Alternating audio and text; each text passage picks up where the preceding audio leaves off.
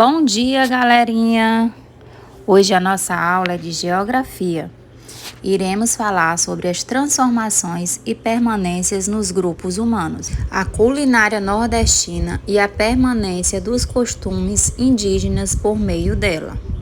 Conheceremos duas histórias distintas da mandioca, no grupo indígena e na chegada dos portugueses. Vocês irão entender mais na frente o porquê da permanência dos costumes na culinária em nosso Nordeste. Antes das leituras das histórias, vamos conhecer a origem de alguns alimentos muito usados na mesa dos brasileiros. O Brasil foi descoberto em 1500 lá na Bahia, só para vocês entenderem, mas isso falaremos em outra aula. Agora vamos conhecer um alimento muito usado antes dos portugueses virem parar aqui em nossas terras. Quando os portugueses chegaram, já haviam os índios, os chamados grupos indígenas. E sua culinária, eles utilizavam muito a mandioca. Vamos conhecer a lenda da mandioca? Mani, a lenda da mandioca. Diz a lenda tupi que certa vez uma índia teve uma linda filhinha, a quem deu o nome de Mani. A menina era muito bonita e de pele bem clara, alegre e falante, e era amada por todos. Mani parecia esconder um mistério. Era uma menina muito diferente do restante das crianças. Vivia sorrindo e transmitindo alegria para todas as pessoas da tribo.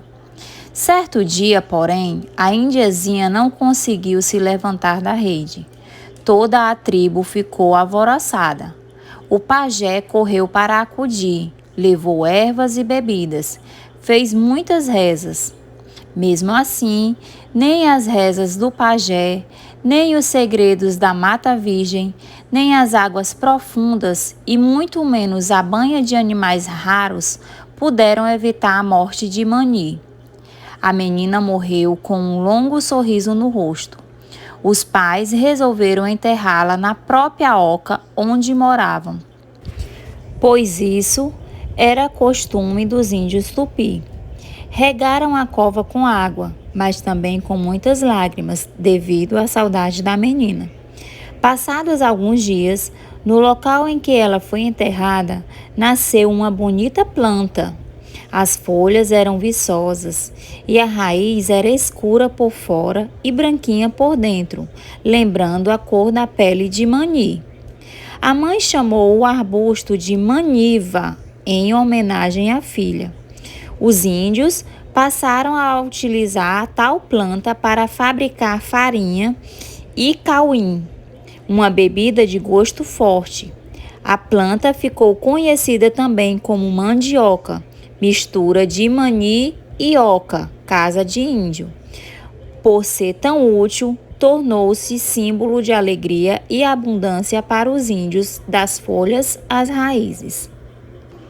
Vocês acreditam em lenda? Essa foi a lenda da mandioca. Diante disso, iremos falar sobre a mandioca. A mandioca é uma raiz. Ela tem vários nomes. Ela é um alimento que era consumida pelos indígenas. Com a mandioca, podemos fazer vários alimentos, como por exemplo a farinha, a tapioca, o beiju, dentre outros. Esse era o alimento que era mais consumido pelos índios até a chegada dos portugueses. Quando os portugueses chegaram, conheceram também a mandioca. A chegada dos portugueses. Leia o trecho da carta de Pero Vaz de Caminha enviada ao rei de Portugal em 1500. Eles não lavram nem criam, nem há aqui boi ou vaca, cabra, ovelha ou galinha, ou qualquer outro animal que esteja acostumado ao viver do homem. E não comem senão deste inhame, de que aqui há muito, e dessas sementes e frutos que a terra e as árvores de si deitam. Então, quando os portugueses chegaram em terras brasileiras, Não haviam criações que nem Pero Vaz de Caminha fala aí na carta, né? Bois, galinhas, cabras, ovelhas. O que era consumido aqui era justamente a mandioca pelos índios, né? Que ele chama de inhame. Pero Vaz de Caminha, ele era o escrivão da esquadra de Cabral, que foi quem descobriu o Brasil.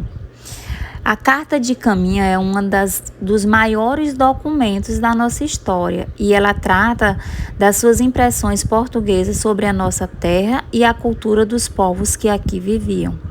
Essa é uma visão dos portugueses, pois eram os povos portugueses que conseguiram registrar sua história por meio da escrita.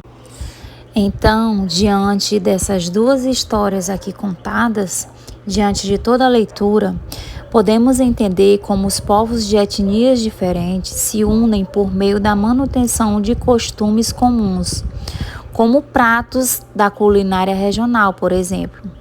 É importante ressaltar como esses alimentos são modificados pelas comunidades locais e seu uso contínuo sendo valorizado e reconhecido como herança indígena. É interessante ressaltar que pratos derivados da mandioca na atualidade são apreciados em todo o Brasil. Na Bahia, além de forte influência indígena, eles também somaram a sua culinária e forte influência africana. Diante de tudo isso, agora vamos às nossas atividades. Releiam todo o conteúdo com muita atenção para responder e até a próxima aula.